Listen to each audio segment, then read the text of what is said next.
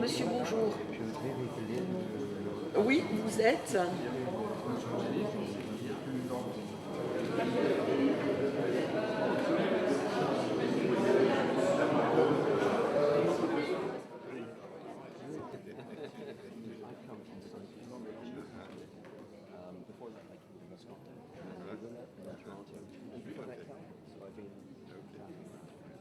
Et je vais tout de suite passer la parole au docteur Renaud de Borpère qui va nous présenter donc les 3 autres études en double aveugle contre placebo réalisées avec le baclofène. Donc Renaud, tu as la parole.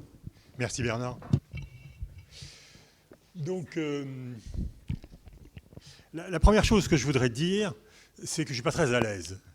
Je ne suis pas très à l'aise parce que ces études, je ne les connais pas très bien. En fait, comment les choses se sont présentées. Samuel m'a téléphoné un jour en me disant « Est-ce que tu veux présenter les grandes études hors bacloville ?» Et moi, je dis d'accord, je dis toujours oui dès qu'il s'agit de baclofène. Je n'avais pas réfléchi. En fait, ces grandes études, je ne les ai pas. Je ne les ai pas et tout d'un coup, je me suis dit « Mais de quoi je vais parler ?» Alors, ces études, mais personne ne les a. Personne ne les a. En fait, ces études, elles ont été rendues officielles il y a une quinzaine de jours à Berlin. Elles ont été rendues officielles par les auteurs des études qui ont présenté leur travail. Et tout ce qui était disponible, c'était les diapositives de ces présentations du 3 septembre à Berlin. Moi, je n'étais pas à Berlin. Alors, Sylvie et Samuel ont pris des petites photographies des diapositives. Et tout ce dont je dispose aujourd'hui, mais personne ne dispose d'autre chose. Tout ce que j'avais pour vous parler aujourd'hui, c'était donc des petites séries de diapositives photographiées avec une qualité souvent tellement mauvaise qu'on ne pouvait même pas lire ce qu'il y avait écrit dessus. Donc c'est ça que je vais vous présenter. Alors, quand même, j'ai fait un petit travail. Alors, sur les 3 études, il y en a une qui avait donné lieu à une publication. Donc, je me suis quand même référé à la publication, même s'il n'y avait pas grand-chose dans la publication, en fait. Pour les 3 études, puis non, il y a aussi un autre problème qui est un petit peu moral. Enfin, je sais pas. Moi, j'aimerais pas que quelqu'un, un jour, je fais un topo, prenne les diapositives et aille 2000 km plus loin, prendre les diapositives et raconter ce qu'il y a dessus. Donc, j'ai envoyé un mail aux 3 auteurs des études, donc Christian Müller, Michel Reynaud et Esther Béra, en leur disant qu'on organisait aujourd'hui une journée à Paris sur les grandes études qui avaient été faites. Donc, quand on dit grandes études, ça veut dire randomisées en double aveugle, qui avaient été faites sur le baclofène, que je ne disposais pour présenter leur étude que de photographies d'une qualité assez médiocre, et je leur demandais s'ils voulaient bien m'envoyer. Alors, d'abord, je les prévenais que j'allais, parce que c'est aussi un petit peu gênant, donc je les prévenais que j'allais parler de leur travail, et je leur demandais s'ils voulaient bien m'envoyer leurs diapositives. Alors, Christian Müller ne m'a pas répondu, mais je considère que je l'ai tenu au courant du fait que j'allais présenter son travail. Michel Reynaud, mon grand ami Michel Reynaud, m'a dit « Je ne te donnerai pas mes diapositives ». Bon, donc je ne les ai pas. Et Esther Béra, très gentiment, Esther Béra m'a tout de suite envoyé ses diapositives avec un petit mot très gentil. « Bien sûr, vous pouvez les présenter, ce n'est pas un problème ». Donc voilà, donc je dispose. C'était d'assez courtes interventions, c'était donc, il y avait 15-20 diapositives par intervention. Je dispose de photographies de ces interventions, mais je ne vais pas vous les présenter comme ça. J'ai en fait traduit en français toutes les diapositives une par une pour que ce soit accessible. Et vous verrez, il y a quelques diapositives que je n'ai pas pu traduire parce que c'était des schémas ou des images. Mais voilà, c'était pour présenter les choses. Alors, on va les prendre par ordre. Donc d'abord l'étude Baclade. Donc l'étude Baclade, c'est une étude allemande qui a donc déjà été publiée, qui a été financée par des deniers publics allemands. L'étude Alpadir est une étude dont on a beaucoup entendu parler, qui a été financée par les laboratoires Etipharm, donc privés, Et l'étude hollandaise, si j'ai bien compris, parce que je ne suis pas absolument sûr, elle a été totalement ou en grande partie financée par un don, le don de quelqu'un qui aurait été guéri par le baclofen. Alors, Baclad. Donc, le titre, du moins tel que je l'ai traduit, le baclofen à haute dose pour le traitement de la dépendance à l'alcool, étude Baclad, un essai clinique randomisé contre placebo. Alors, je ne sais pas s'il voulait diluer un petit peu la question, mais beaucoup de diapositives de ce petit set de diapositives sont assez généralistes. Ce qui n'est peut-être pas inintéressant de rappeler un certain nombre de choses sur le baclofen, mais il y a relativement peu de diapositives sur l'étude elle-même. Mais on rappelle donc que 85% des patients dépendants de l'alcool rechutent après sevrage, donc c'est une pathologie difficile où les traitements ne marchent pas très bien, peu de médicaments approuvés. On le sait, les médicaments qui sont approuvés ne sont pas extraordinaires et effet modeste. Voilà. En fait, ça marche chez 10-15% des cas. On le sait, on les a nommés tout à l'heure, les médicaments, je ne recommence pas. Le baclofen, vous le savez tous, c'est un agoniste GABA-B qui a été approuvé dans le traitement des spasticités secondaires à des lésions neurologiques du faisceau pyramidal, enfin des voies extrapyramidales qui donnent une spasticité. Il a été commercialisé en France en 1974, c'est-à-dire il y a 42 ans. Parce que je crois que c'est un petit peu hors diapositive, mais je pense que c'est quelque chose que tout le monde doit avoir en tête. Quand on nous casse les oreilles avec la pharmacovigilance, il faut savoir que le baclofen, il y en a eu dans le monde entier, que dans tous les pays où il y a eu du baclofen, il y a eu de la pharmacovigilance. Et que depuis plus de 40 ans, dans le monde entier, il y a des dizaines de millions de personnes pendant des dizaines d'années qui ont eu du baclofen, avec des systèmes de pharmacovigilance qui marchent très très bien, et que si vraiment le baclofen donnait des effets indésirables, épouvantables, comme certains essayent de le dire aujourd'hui, ça se saurait. C'est pas vrai. La demi-vie du baclofen, alors là, ce n'est pas les chiffres que j'avais, c'est 6 à 7 heures, c'est 6,8 heures. Moi, je pensais que c'était plus court que ça. Dans le Vidal, la pharmacocinétique, la durée est beaucoup plus courte que ça. Tmax, donc le pic à 1h4 à 2h8. Biodisponibilité, donc c'est la diffusion à 85%.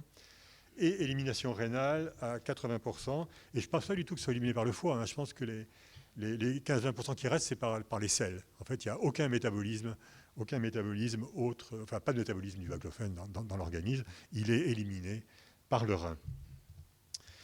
Les récepteurs GABA-B sont impliqués donc, dans les comportements liés à l'alcool. Il y a beaucoup de recherches, on en parlera un petit peu cet après-midi, qui se développent là-dessus, puisque toutes les dépendances, toutes les addictions et les dépendances, tout le monde cible exclusivement les systèmes dopaminergiques.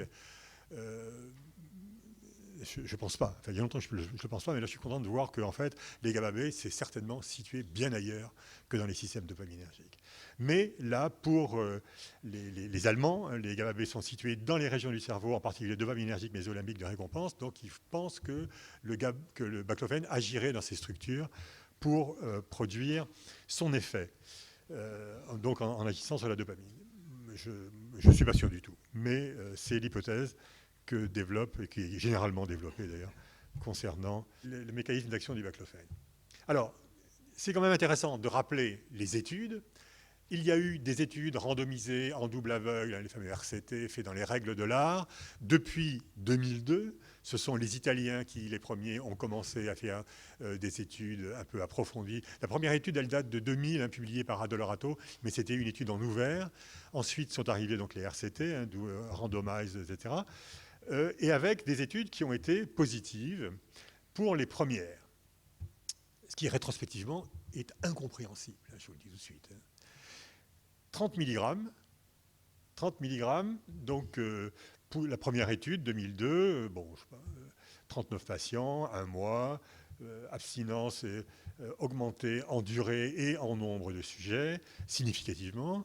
Ensuite, une étude en 2007 qui était faite chez des patients cirrhotiques, avec toujours 30 mg, aussi succès, avec 84 patients. C'était publié dans le Lancet, qui est quand même un journal qui est un très très bon niveau, qui est censé publier des choses top niveau. 30 mg, ça ne marche pas. Très bien. Ensuite, Garbut a trouvé que ce n'était pas vrai, ce qui était un petit peu normal. Ensuite, Addolorato, finalement, a trouvé que ce n'était pas si vrai que ça.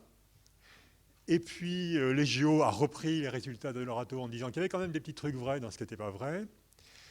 Et ce qui est extraordinaire, c'est qu'il n'y a pas tout là, mais il y a eu depuis des études souviens plus les auteurs, il y a eu plusieurs études, des grandes études faites avec des centaines de patients sur des longues durées de temps, donc qui ont dû coûter des sommes invraisemblables, avec 30 ou 60 mg. C'est-à-dire que la dernière étude est parue en 2014. Donc jusqu'en 2014, il y a des chercheurs qui ont travaillé sur des grandes populations d'alcooliques avec du baclofène à 30 mg, alors que tout le monde sait que ça ne marche pas. Et c'est pas... Alors, les résultats étaient négatifs, mais il y a quelque chose là-dessous. On ne me fera pas croire que c'est quelque chose par erreur. C'est pas par erreur. C'est que je crois que c'était important pour certains de montrer qu'il y avait une polémique, une controverse. C'est la controverse du baclofène. La controverse du baclofène, ça permettait de noyer le poisson. Il veut dire, vous voyez, il y en a qui disent ça, puis il y en a qui disent ça. Alors que le vrai problème, ce n'est pas la controverse du baclofène, le problème, c'est 30 mg. On voit bien que c'est insensé. Ça ne marche pas, 30 mg. Voilà. Donc, tout ça, je le dis, mais Christian Müller ne l'a pas dit. Mais c'est ce que m'inspire un petit peu, c'est cette diapositive. Parce que c'est quand même, on est au cœur du problème. Le cœur du problème, et je dirais ça jusqu'au bout, c'est la dose. C'est tout. C'est la dose. Le reste, c'est du bavardage. Justification de l'étude, donc des études cliniques et précliniques ont montré l'efficacité, etc., du baclofène dans la tolérance. Les études cliniques utilisant des dosages, ils appellent ça moyens, ont donné des résultats contradictoires. Plusieurs cas cliniques. Alors voilà, ensuite on arrive aux cas cliniques, parce qu'il y a eu des études, très bien, qui ont été faites, contradictoires, mais heureusement, et évidemment la première étude, c'est celle d'Olivier, qui a trouvé que finalement le baclofène, il fallait le monter à des doses bien plus élevées que 30 mg, lui 270 mg pour avoir une efficacité. Il y a eu d'autres cas cliniques rapportés dans les années entre 2006 et 2012 qui aussi toutes rapportaient des cas cliniques qu'il fallait monter à 100, 150, 200 mg pour avoir un effet. C'est-à-dire que toutes disaient la même chose, 30 mg, ça ne marche pas. Plusieurs cas cliniques, etc. Donc Amezen, ce n'est pas Amezen et al. D'ailleurs, tel que c'était écrit, mais c'est Amezen tout seul, en 2005. Et là, ils ajoutent un petit truc qui n'a pas grand-chose à voir, mais qui n'est pas inintéressant. Le baclofène a une faible capacité à traverser la barrière hémato-encéphalique. Alors, on se demande un peu ce que ça vient faire là. À mon avis, implicitement, ça veut dire qu'il y a une immense variabilité dans les réponses au baclofène, et peut-être, mais on ne sait pas, peut-être que c'est lié au fait que le baclofène passe mal la barrière hémato-encéphalique. Je rappelle que le baclofène a été synthétisé et conçu pour être une molécule GABAergique qui passe la barrière hémato-encéphalique. Le GABA ne passe pas. La grande majorité les molécules GABA, généralement, passent très mal la barrière hémato-encéphalique. Donc le baclofène, c'est intéressant pour ça, mais il y a 10-15% du baclofène qui passe la barrière. Et on peut imaginer qu'il y a des grandes variabilités de passage de la barrière d'une personne à l'autre qui pourraient expliquer que certains ont besoin de très très grosses doses et d'autres de plus faibles doses. Je ne suis pas sûr que ce soit le cas, mais c'est une façon d'expliquer les choses qui est... je dis que je ne suis pas sûr que ce soit le cas, mais je n'ai aucune preuve. Donc il faut faire de la recherche pour essayer de comprendre pourquoi il y a des patients qui ont besoin de 500 mg et d'autres qui ont besoin de 30. Parce que c'est quand même le gros problème, étant donné les effets indésirables qui arrivent souvent quand on augmente les doses. Ça, c'est le profil de l'essai.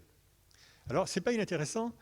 Donc c'est un profil standard, tous les essais sont comme ça, on augmente les doses pendant une période de temps, on garde la dose efficace pendant une durée de temps, et ensuite on fait ce qu'on appelle le tapering, c'est-à-dire qu'on diminue progressivement les doses, et puis on observe les patients pendant une petite période de temps après l'arrêt du traitement.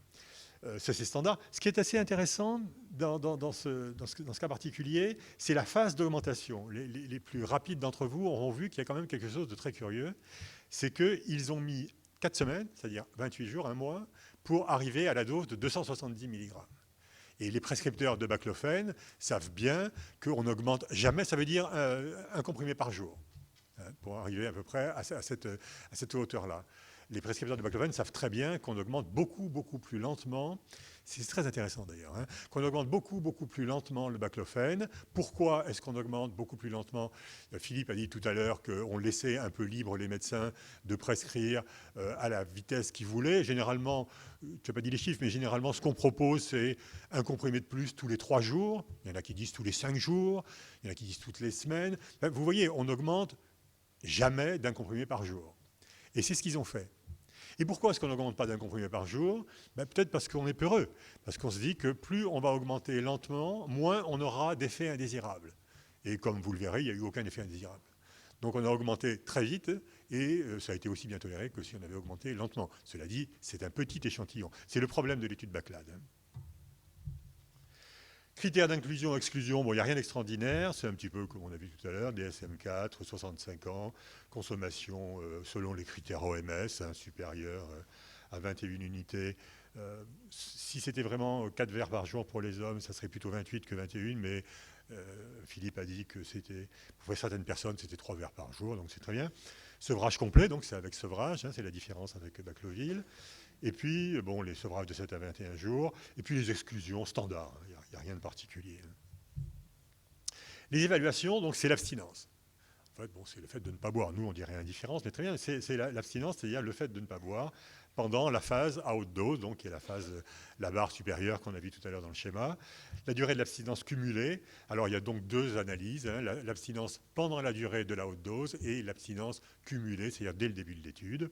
Voilà, avec des critères, sécurité, on relève les effets secondaires, les sorties d'études, les changements, puis des évaluations, donc Hamilton, dépression, anxiété, VAS, que c'est une échelle optique de craving, l'OCDS dont a parlé Philippe tout à l'heure, qui est une échelle d'obsessive compulsive, je ne sais même plus d'ailleurs, enfin, c'est la compulsion à se procurer à boire. TLFB, c'est l'appréciation par le patient de la quantité d'alcool qu'il a bu. On a finalement, on voit les patients, on leur demande comment ils ont bu. Ils peuvent nous mentir, mais il y a une façon de leur demander qui est un truc. Le MINI, c'est une échelle de psychiatrique et l'ADS, c'est une échelle d'addiction. Donc voilà, tout ça, c'est très standard. Alors, ça, je l'ai mis comme ça parce que j'ai eu un petit peu de mal à lire. Vous voyez le genre de diapositive que j'avais pour mon travail.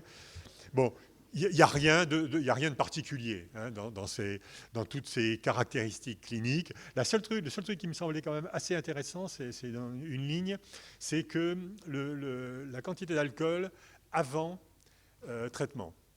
Et vous avez vu les chiffres qu'a donné tout à l'heure Philippe, c'est beaucoup plus bas dans l'étude Bacloville.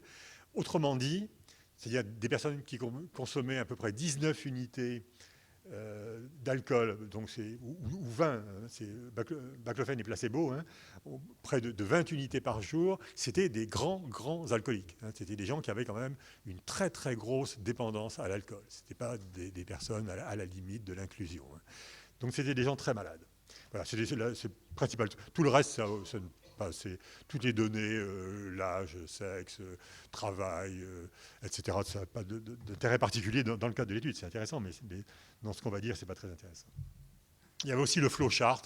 Le flowchart, c'était aussi illisible. Mais je vous le dis comme ça, parce que c'était dans l'article, très schématiquement, c'est une petite étude. C'est un peu le problème de Backlad. À l'origine, ils ont essayé d'inclure 90 patients, mais il y en a une quarantaine qu'ils n'ont pas pu inclure. Il en reste à peu près 56, je crois. Sur les 56, donc ça fait 28 dans le bras baclofène et 28 dans le bras placebo. Et à l'arrivée, il y en a 21, 22 à peu près dans chaque bras. Donc, vous vous souvenez des chiffres de Bacloville, c'est de l'ordre de 150 patients par groupe, c'est donc beaucoup plus important. Et évidemment, le problème de Backlad, c'est le petit échantillon. Cela dit, s'il y a des statisticiens, ils savent bien que plus on trouve des choses significatives avec un petit échantillon, mieux c'est. Si on trouve un truc significatif avec 1000 personnes, c'est un peu dilué, mais si on trouve que pour le même truc, c'est significatif à 10 personnes, alors ça devient beaucoup plus intéressant. Bon. Donc ça, c'est les rechutes. Dans toutes les études, on montre les choses comme ça. Donc ce que vous voyez, donc c'est un petit morceau de la diapositive, c'était pas très très joli, que j'ai coupé, mais enfin bon, on arrive à voir quand même. Au-dessus, la ligne verte, donc c'est le baclofène, la ligne, je sais pas, bleue, je sais pas quoi, c'est le placebo. Ce sont les rechutes pendant la phase à haute dose. Et bon, les chiffres sont là, c'est-à-dire qu'il y a eu 68%, c'est le chiffre au bout de la ligne verte, de patients qui étaient encore abstinents à la fin de la haute dose, contre 23,8 pour le placebo. Et là, on a aussi un P égale 0,014, ce qui montre l'extraordinaire efficacité du baclofène dans cette étude. Hein, il n'y a aucun doute, le baclofène marche très très bien. Il y a aussi le nombre de jours où il y avait une abstinence, là c'est moins important, 67,8 jours pour le baclofène contre 51 pour le placebo, mais le P est aussi significatif, c'est-à-dire que par les deux façons que l'on a d'aborder la question, les résultats sont significatifs. C'est quand même avec les résultats de Philippe Bacleville, ce sont les deux meilleures démonstrations incontestables de l'efficacité du baclofène. Hein. Les deux diapositives sont là, c'est celle qu'il a montrée et celle-là. Hein. Il n'y a aucun doute, le baclofène marche d'une façon extraordinaire, à condition qu'on augmente suffisamment les doses. On verra que c'est les problèmes pour les deux études suivantes. Ça, c'est la même chose, mais sur toute la durée du traitement, c'est-à-dire qu'on inclut toute la phase où les patients n'ont pas encore atteint la dose nécessaire pour être efficace, mais là aussi, ça sort significatif, 42,9 contre 14 pour le placebo, et en durée de jour aussi, c'est pas significatif pour la durée de jour. Bon, en tout cas, les résultats sont très significativement, il y a une efficacité qui est très significative, et c'est une étude qui est quand même très très démonstrative.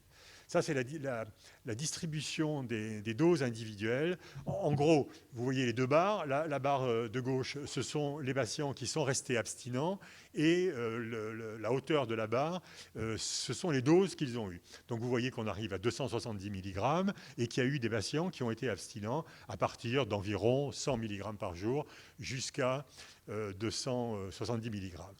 Et à côté, la barre d'à côté, c'est les rechutes. Et ce qu'on voit, c'est que les patients qui ont rechuté, qui étaient sous baclofène, finalement, ce sont ceux qui avaient les plus hautes doses.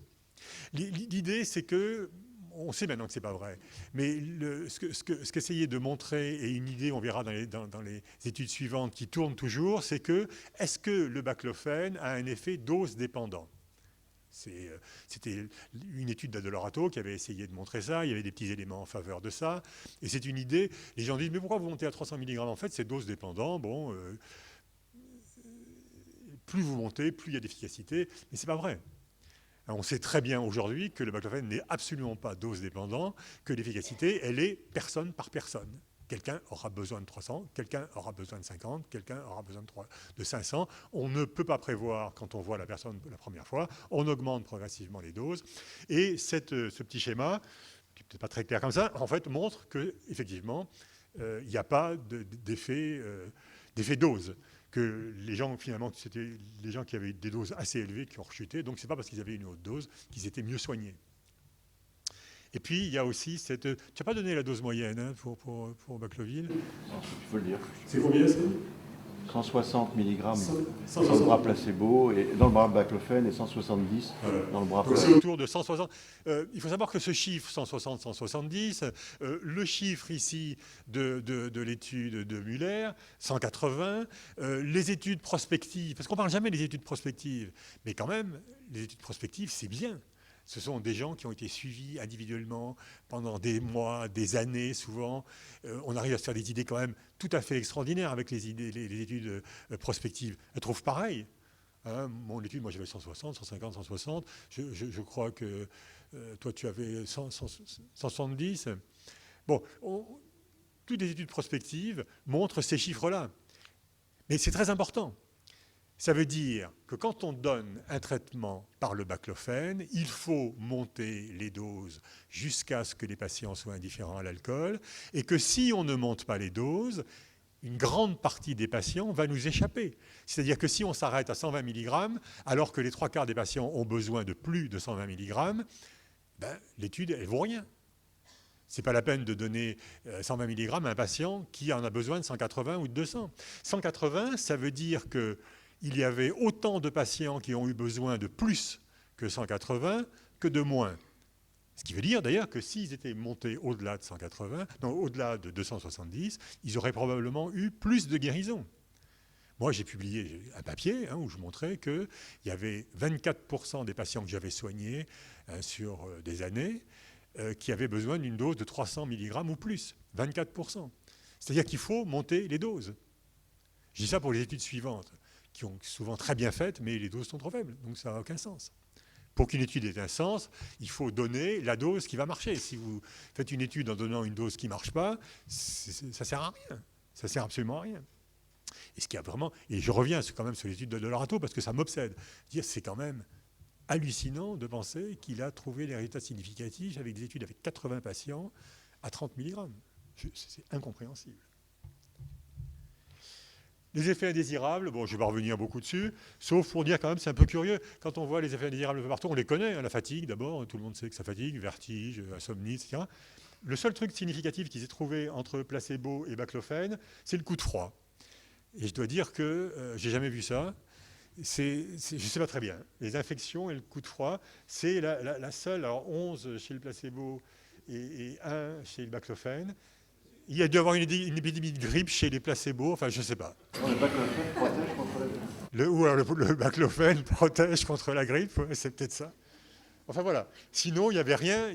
Parce qu'on diabolise les effets indésirables. Mais dans toutes les études, on verra probablement l'étude baclovine, mais dans les 3 études que je vais vous montrer, il n'y a pas eu d'effet indésirable. Enfin bon, le baclovine, c'est désagréable, ça donne des trucs désagréables, ça fatigue, ça donne des nausées, ça donne des insomnies, ça donne des coups de barre, ça donne des malaises, ça donne des douleurs, ça donne mais c'est pas grave du tout, ça donne rien de grave. C'est des effets indésirables, gênants, embêtants, mais c'est tout.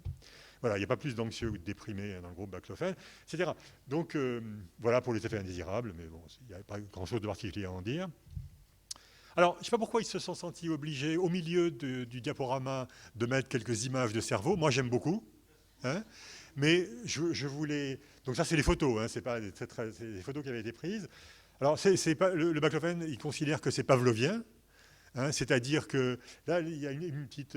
c'est pas la cloche de Pavlov, mais c'est une petite lumière. Donc, on met les patients... en présence d'un boc de bière, on fait une petite lumière. Il y a ceux qui ont pris du baclofène et ceux qui n'en ont pas pris. Ce n'est pas l'étude Baclade, hein, c'est une étude qu'ils sont en train de faire apparemment. Et quand les patients qui n'ont pas eu de baclofène, ils allument. Alors vous voyez dans le petit cerveau en haut à droite, il y a des petits trucs rouges. Ça correspond, j'ai l'impression encore que je trouve ça un petit peu mal placé, à des régions de l'amygdale, qui est donc ces régions qui réagissent quand on a envie de quelque chose. Et donc le baclofène ne réagit pas, l'amygdale reste coite, alors que l'amygdale de l'alcoolique qui a vu son boc de bière s'excite et devient lumineuse. Mais c'est comme ça que ça se passe. Hein. Il y a aussi une autre diapositive que je n'ai pas comprise. Là, je suis désolé, j'ai passé un bon moment dessus. Vérum, je suppose que c'est le baclofène. Enfin bon, enfin, tout ça, en fait, ils ont probablement passé cette diapositive. Peut-être que l'image est trop mauvaise, je n'ai pas réussi à voir. Mais en bas, il y a écrit Beck et al. En préparation. En fait, ce qu'il faut pour nous savoir, c'est qu'en Allemagne, à Berlin, ils sont en train de faire des études d'imagerie cérébrale avec le baclofène. C'est ça que ça veut dire. Hein. Je ne sais pas très bien ce que les images jolies, je n'ai pas très bien compris. Mais c'est pour vous dire qu'il faut le faire. Alors, cet après-midi, je vous montrerai quelques projets qui sont en route, mais pour le moment, on n'a pas eu de chance. Hein. Tous les projets qu'on a proposés, ils ont été refusés. Enfin bon, manifestement, le baclofène n'a pas l'heure de plaire aux autorités scientifiques en France. On verra ça cet après-midi. Voilà, donc il s'intéresse à l'imagerie cérébrale et on doit tous s'intéresser à l'imagerie cérébrale. Résumé, le baclofène à haute dose est efficace pour maintenir une abstinence quand la dose est adaptée à chaque cas. Ça, c'est la phrase que tout le monde doit retenir. Hein. Le baclofène est très bien toléré, il ne crée pas de dépendance, l'efficacité est indépendante d'un effet dose et le dosage doit être adopté individuellement avec une étroite surveillance. Et puis voilà. 25 patients par groupe, et ça suffit pour démontrer que le baclofène, ça va être une molécule extraordinairement efficace, à condition qu'on monte les doses à une dose suffisante. Question. Ah oui, alors, il y a la dernière diapositive, mais ce n'est peut-être pas la peine de la passer, j'ai rien compris. Alors bon, il faut reproduire ces résultats, je suis d'accord, il faut chercher s'il existe des sous-types de dépendance à l'alcool. Pourquoi il y a des patients qui réagissent, pourquoi il y en a qui ne réagissent pas. Moi, mon opinion, c'est qu'on ne monte jamais assez les doses, mais très bien. Rôle de la composition, j'ai absolument pas compris ce que ça voulait dire. Rôle du dosage, c'est quoi la composition? Hein? C'est la composition du baclofène. On en parlera un peu cet après-midi. Alors, l'art baclofène et la question de la réduction de la consommation d'alcool. Voilà, donc ça c'était l'étude Baclade. Donc, alors si vous voulez, j'ai été un peu rapide, peut-être un peu plus lentement, parce que c'est l'étude qui m'intéresse. Et parce que c'est l'étude qui doit vous intéresser. Et pourquoi c'est l'étude qui vous intéresse? Parce que je vais vous dire la même chose pour la 50e fois, parce qu'ils ont monté suffisamment les doses. C'est quoi le problème de l'étude hollandaise et d'Alpadir? C'est qu'ils n'ont pas monté les doses. C'est tout. et où je peux passer d'ailleurs, je peux m'arrêter maintenant. Enfin bon, on va quand même lire l'étude. Non, mais c'est vrai, parce que c'est un petit peu irritant. Michel, si tu m'entends, ne m'en veux pas, c'est un copain de 40 ans, Michel. On était internes ensemble, hein, je me souviens, dans le 13e arrondissement, en 1977. Donc, c'est un copain. Mais quand même, aller dire dans les médias, dans Le Monde, dans Le Figaro, partout, que le baclofen, ça marchote un petit peu, mais vraiment, ça ne marche pas. En se basant là-dessus, c'est triste. C'est pas vrai, quoi. C'est dommage. Enfin bon. Allez. Donc l'objectif, c'est d'évaluer l'efficacité à haute dose, 180 mg. Donc c'est ça la dose, hein, c'est impossible. 180 mg, c'est la dose moyenne. Ce n'est pas la dose supérieure, c'est la dose moyenne. De baclofen comparé au placebo sur la fréquence de l'abstinence pendant 20 semaines, avec une thérapie Brenda. Brenda, ça veut dire le soutien. La thérapie de soutien, c'est ce qu'on fait quotidiennement avec nos patients. Bonjour, ça va, comment va la famille, vous travaillez, etc. Enfin, en gros, c'est ça, Brenda. Hein. Oui, c'est vrai. C'est vrai, c'est ça, Brenda. Hein. C'est la psychothérapie de soutien. On dit aux gens, vous allez bien, enfin, mais gentiment. Hein. Donc le protocole, des patients dépendants à l'alcool, DSM-4, non pas sevrés en alcool, donc c'est des patients sevrés en alcool, hein, comme toutes les études sauf Bacloville, ayant fait au moins un essai antérieur d'abstinence. Voilà, nécessité d'une hospitalisation. Alors, ils sont hospitalisés pour le sevrage. Les hospitalisations, ça change un petit peu les choses. On verra surtout avec l'étude suivante. Ce qu'il y avait vraiment très très bien dans les études Bacloville et Baclad, c'est que c'était en ambulatoire et les gens, ils vivaient leur vie. C'était en milieu normal. Quand on hospitalise les gens et qu'on les soigne à l'hôpital, ça change les choses. Hein. C'est plus la même chose. Nécessité d'une lourde prise en charge psychosociale, etc., épilepsie. Donc, c'est les critères d'exclusion. D'accord. Protocole. 216 patients à randomiser, dose maximale 180 mg, et ils sont partis avec des hypothèses, 25% de placebo et 45% de réponse positive. Je ne sais pas sur quoi ils se basaient sur ces hypothèses. Ils n'auraient surtout pas dû faire d'hypothèses, en sachant que 180 mg, c'était insuffisant. Donc, critères d'évaluation, la fréquence de l'abstinence, du nombre de patients abstinents à 20 semaines de traitement, entre J29 et J. On verra, le protocole, il est un petit peu bizarre dans l'organisation. Critères d'évaluation secondaire, consommation totale d'alcool, ce qu'on appelle le TAC, total alcool consumption, jours de consommation excessive, les heavy drinking days, hein, les HDD dont on a parlé aussi Philippe tout à l'heure, entre J0 et le 6e mois, et puis des questionnaires, on ne va pas les reprendre aussi, l'OCDS, on connaît HAD, CGI, des marqueurs hépatiques, et les événements indésirables. Donc voilà. Alors on avait vu le même petit schéma tout à l'heure pour Baclad. On avait vu que Baclad, ça s'augmentait très rapidement. En 4 semaines, ils arrivaient à la dose de 270 mg. Là, c'est sur 7 semaines. Et très bizarrement, chaque semaine, on augmente différemment. Allez savoir pourquoi. Il y a des semaines où on augmente un comprimé tous les 2 jours, puis après, on passe à un comprimé tous les 4 jours, puis un comprimé tous les 3 jours, et puis un comprimé tous les 5 jours. Ça n'a aucun sens. Donc, je ne comprends pas pourquoi ils ont fait un truc comme ça, sauf pour faire un petit serpentin. Je sais pas. C'est incompréhensible. On augmente les doses de façon progressive et régulière. Enfin, tout le monde fait comme ça. Bon, c'est pas grave, hein, c'est pas grave. Ils ont augmenté les doses relativement lentement, puisque vous vous souvenez, il avait fallu 4 semaines pour arriver à 270 mg pour l'étude précédente, et pour celle-là, il faut 7 semaines pour arriver à 180 mg. Donc l'augmentation a été beaucoup plus lente. Mais l'augmentation, on augmente comme on veut, hein, ça n'a aucun intérêt. Quand même, je ne comprends pas pourquoi ils ont fait un truc comme ça. Allez. Ensuite, 17 semaines à dose fixe, enfin du moins à la dose atteinte. Alors, il y a une ambiguïté dans Alpadir. Il y a une ambiguïté dans Alpadir parce que dans le protocole est écrit, ce n'est pas dit de façon explicite ici, mais ça je le savais et tout le monde le sait, c'est que 180 mg, c'était une dose cible. C'est-à-dire qu'à l'origine, il était prévu que tous les patients auraient 180 mg. Je me souviens avoir discuté à l'époque où je parlais encore à Michel Reynaud, je lui avais dit que ça ne collait pas, qu'on ne pouvait pas forcer les patients. Ils ne connaissaient rien au baclofen, il faut dire. Ils ne connaissaient rien. Ils ont écrit cette étude, ils ne connaissaient rien. Donc je lui disais que... il y avait aussi tous les addictologues de Paul Brousse, je les connais bien, hein, et on discutait, je leur disais qu'on ne peut pas avoir une dose cible avec le baclofen, qu'il faut... Il y a une dose par patient. Chaque patient a sa dose. Et si un patient arrête de boire à 30 ou 60 mg, ce n'est pas la peine de monter à 180 mg. On va avoir que des effets secondaires, on va être obligé d'arrêter, etc. Ça n'a aucun intérêt. Non. Bon. Et puis ensuite, il ne voulait pas. Il ne voulait pas l'entendre. Mais ensuite, j'ai entendu dire, parce que, encore une fois, Paul Guiraud où je travaille et Paul Brousse, c'est d'un côté et l'autre de la rue, hein, donc on se connaît quand même assez bien. J'ai compris qu'en fait, ils arrêtaient les augmentations quand les patients ne buvaient plus. Bon, ils l'ont fait. Donc, la dose cible, ce n'était pas exactement une dose cible. En fait, ils ont adapté un petit peu les doses. Sauf qu'il y avait une tendance à faire une dose cible.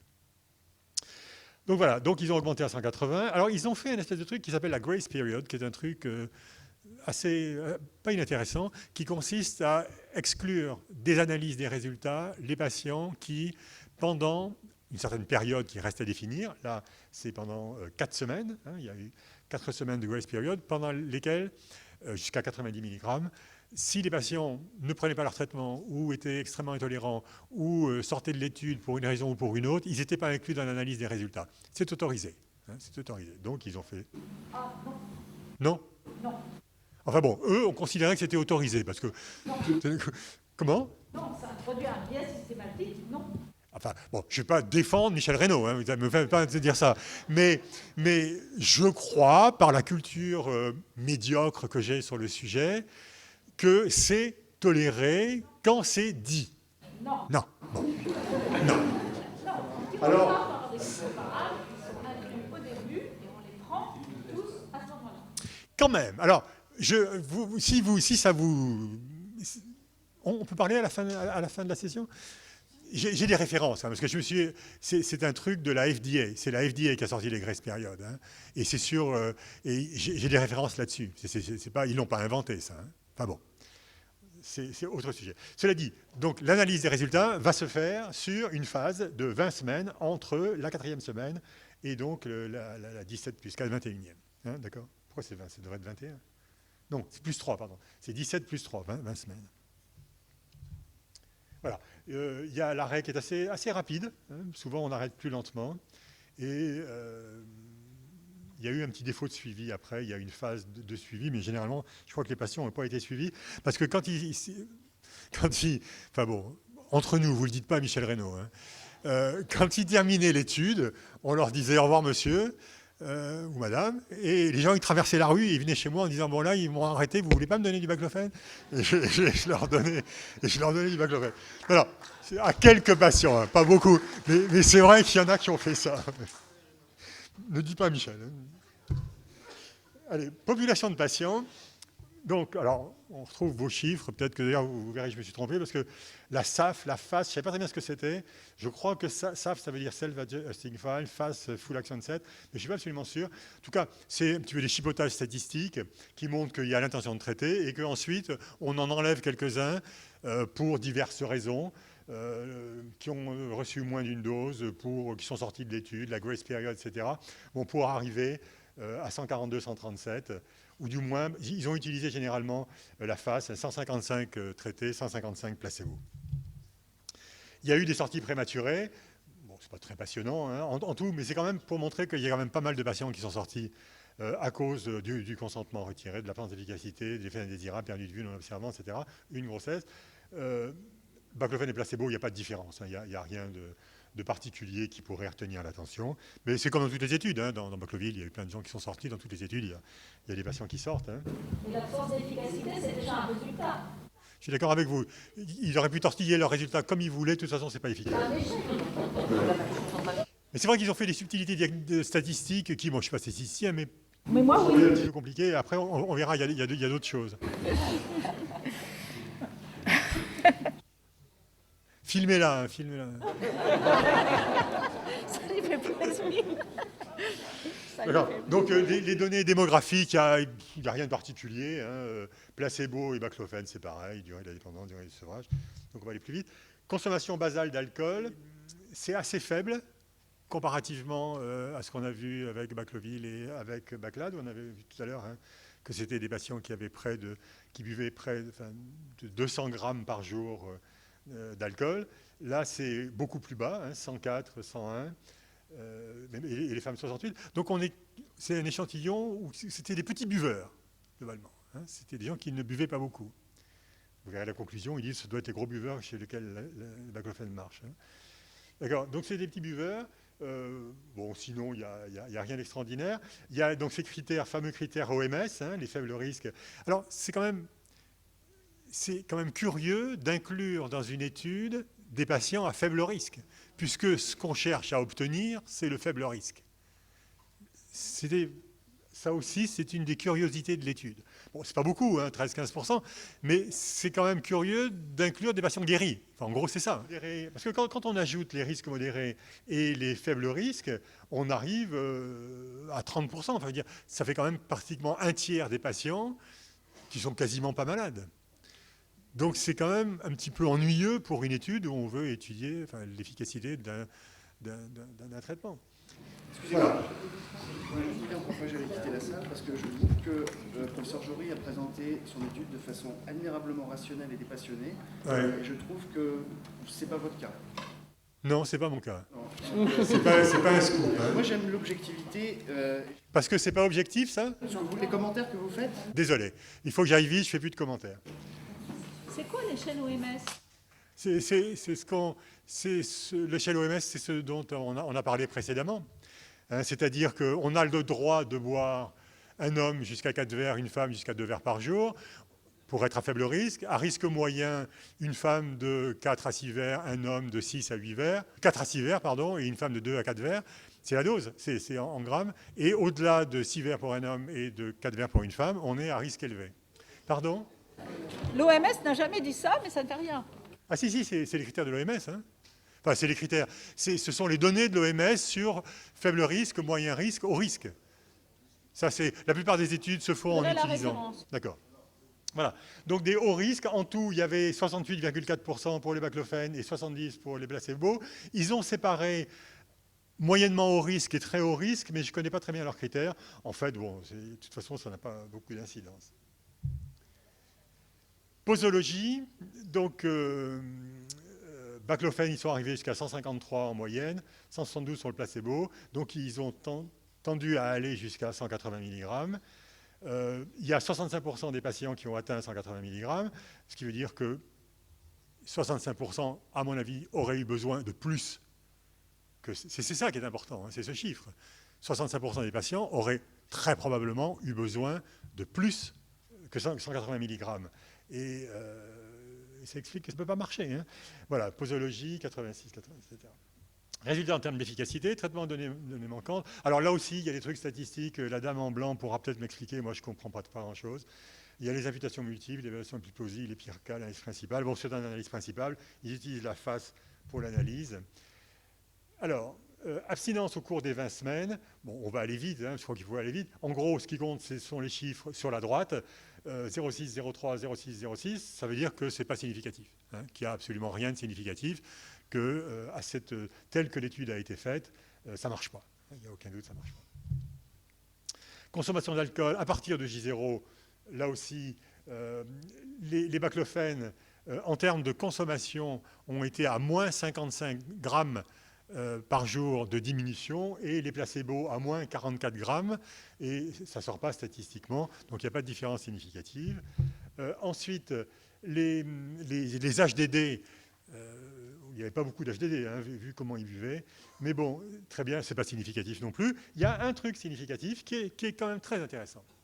C'est cette fameuse échelle OCDS, échelle de prise de boisson obsessionnelle compulsive. Et ça, peut-être que ça prouve que l'étude était bien faite. Parce que, malheureusement, elle était mal faite parce qu'il n'y avait pas assez de doses. Mais sinon,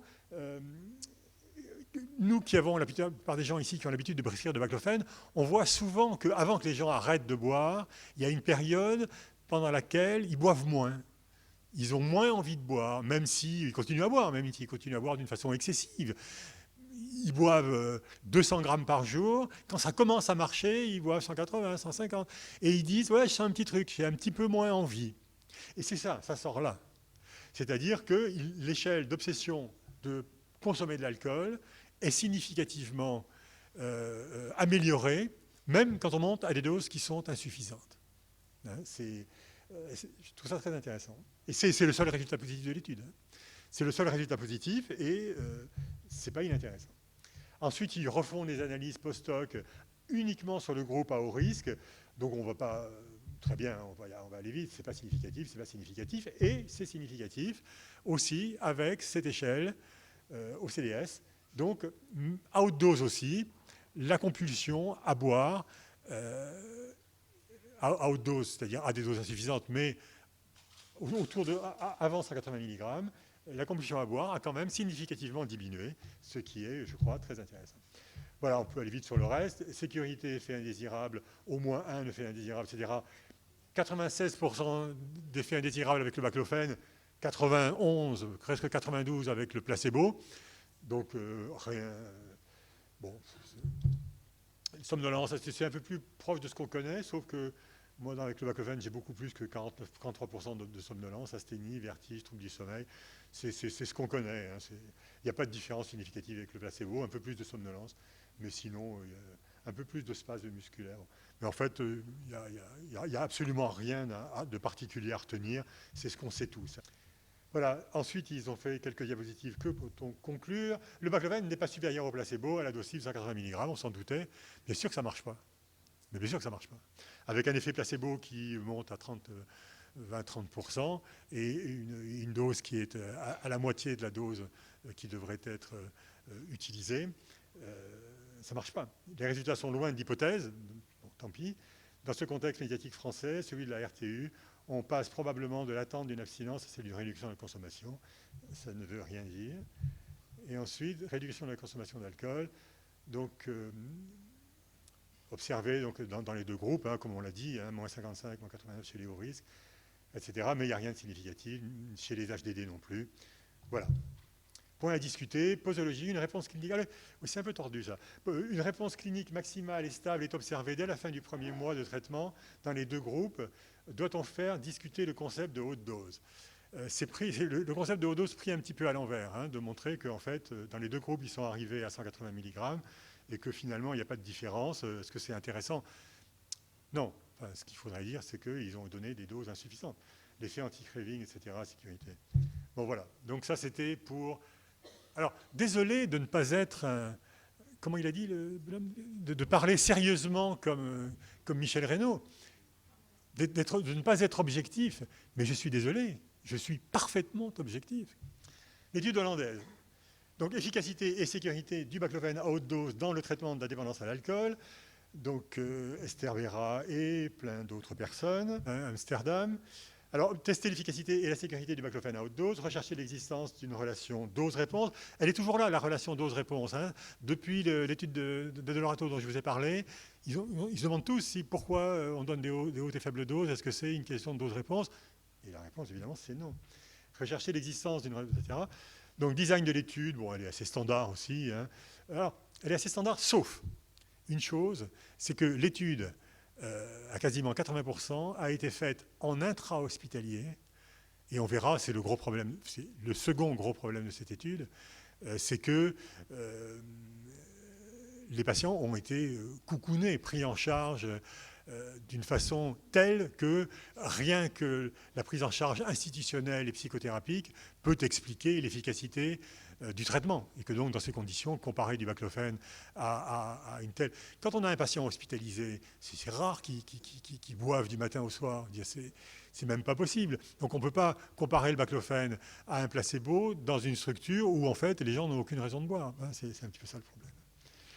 Voilà, 3 groupes, 58 traités à haute dose, 31 à faible dose, 30 mg, 62 patients par placebo, durée 16 semaines. Donc 6 semaines de titration. Je n'ai pas le petit schéma comme tout à l'heure.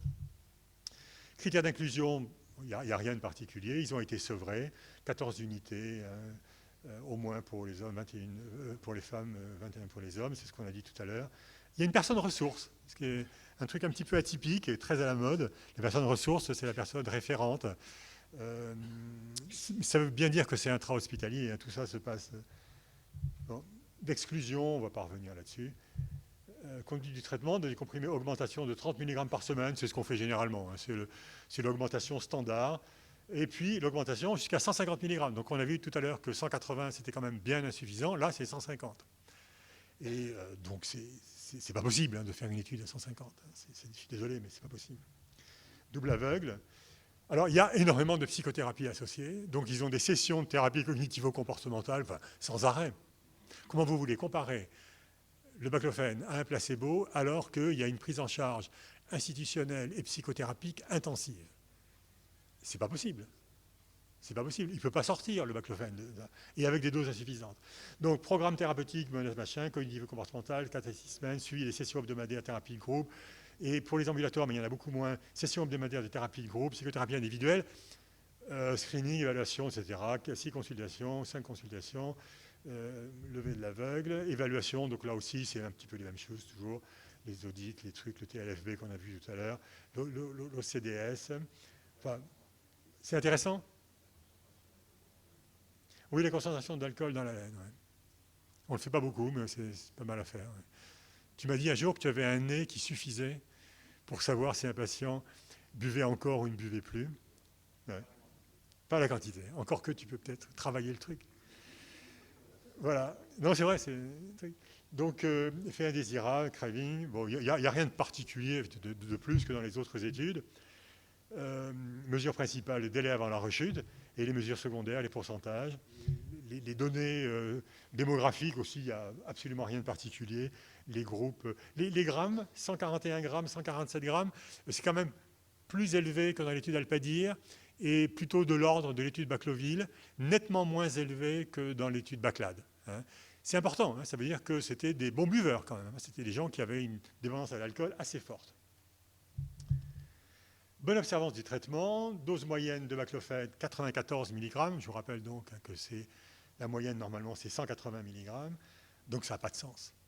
Une étude où on donne en moyenne 94 mg, on est près des 30 ou 60 mg d'adolorato, et ça n'a pas de sens. Voilà, et donc ça, ce sont ces fameuses analyses de survie de Kaplan-Meier, les patients qui rechutent, et il n'y a aucune différence entre les placebos, le groupe à 150 mg et le groupe à 90 mg. C'est même le groupe à 90 mg qui semble être rechuté le plus lentement. Enfin, ça ne veut rien dire. Il y a très peu de rechutes. Hein. Évidemment, ce n'est pas significatif. Le P est à 0,8. On pouvait s'y attendre. C'est la même chose, mais sur l'ensemble de l'étude. Il y a toujours à haute dose et l'ensemble de l'étude. C'est la même chose. Il n'y a absolument aucune significativité. Les patients qui ont rechuté, donc voilà, enfin, c'est la même chose que les diapositives précédentes. Placebo, haute dose, faible dose, c'est exactement pareil. Il n'y a aucune différence, c'est la même chose. Effet indésirable, on est dans les un petit peu fatigue, somnolence, vertige, bouche sèche. C'est pas très fréquent la bouche sèche, mais bon. On est dans les standards hein, d'effets indésirables. Diminution sensible du craving, là aussi, hein, le seul truc qui est sorti, ce qui est aussi intéressant, c'est le craving, hein, l'OCDS. Non, d'accord. Discussion, les résultats sont opposés à l'étude de Baclade. Bah, évidemment, ce qui est opposé, c'est la dose. Et ça explique tout. Ça explique tout. Hein. Il suffit de donner pas assez de traitement et puis ça ne marche pas. Donc, ils discutent un petit peu les doses, mais je pense que ce n'est pas la peine de discuter les différences. Hein. On les connaît toutes. Hein. Il faut donner assez de baclofène. Le support psychosocial, donc 119 patients sur 151 étaient hospitalisés pendant au moins 28 jours. Enfin, je veux dire, ça, on ne peut pas faire un essai clinique quand il y a un autre traitement à côté. Parce que les thérapies cognitivo-comportementales, dans le court terme, ça marche très bien. Ça marche très bien. Donc, on a utilisé 2 traitements, du baclofène à dose insuffisante et un traitement cognitivo-comportemental. Ça n'a aucun sens. Aucun sens. La population, d'accord. Conclusion, pas d'effet positif du baclofène à faible dose. Quelques éléments en faveur d'une dose-réponse. Non, en fait. Seulement efficace chez les grands buveurs qui bénéficient de la psychothérapie. Bon, c'est n'importe quoi. Hein. Voilà, identifier les patients répondeurs, faire de l'imagerie cérébrale. Voilà, c'est fini, merci.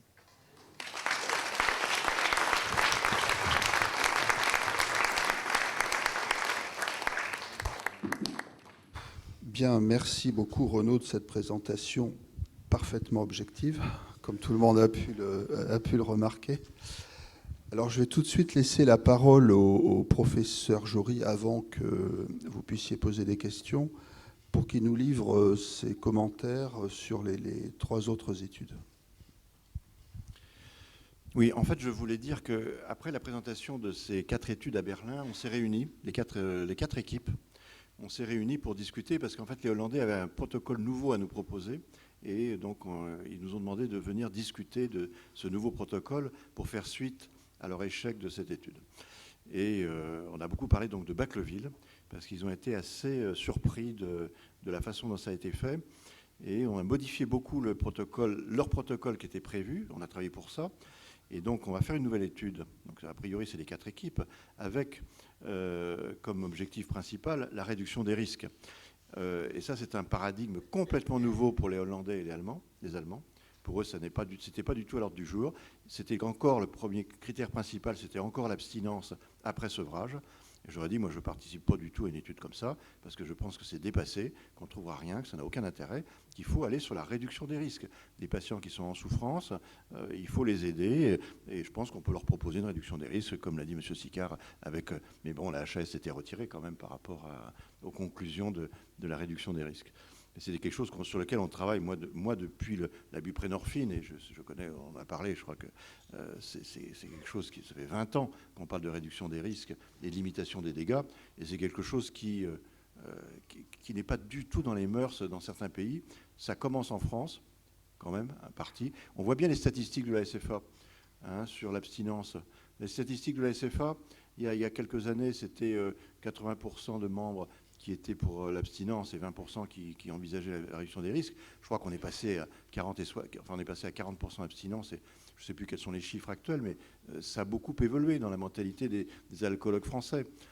Et là, j'ai jeté un pavé dans la mare en Allemagne et en Hollande, où ils se sont dit, mais c'est finalement, oui, pourquoi pas. Et donc, ça évolue un petit peu dans ce sens-là. Voilà, c'est ça que je voulais dire. Alors, c'est vrai que les doses, c'est majeur, parce que dire qu'on donne une cible à 180 mg, c'est une cible. Et puis c'est vrai qu'au début, moi j'ai travaillé sur ce protocole du professeur de Tilleux, de cet hôpital Cochin en face, que j'ai dit, mais moi je ne fais pas du tout une étude comme ça. On n'a pas une cible, ça dépend des patients. Et ils ont quand même continué à tenir bon par rapport à cette cible, par rapport à ces 180. Et malheureusement, j'ai très peur qu'au niveau de l'AMM, parce qu'ils continuent à dire que oui, bon, c'est pas la peine de dépasser 180, 200, ça suffit largement. Et là, il va qu'on sorte de statistiques de nos patients qui vont bien avec des doses supérieures. Voilà ce que je voulais dire. En tout cas, ça évolue.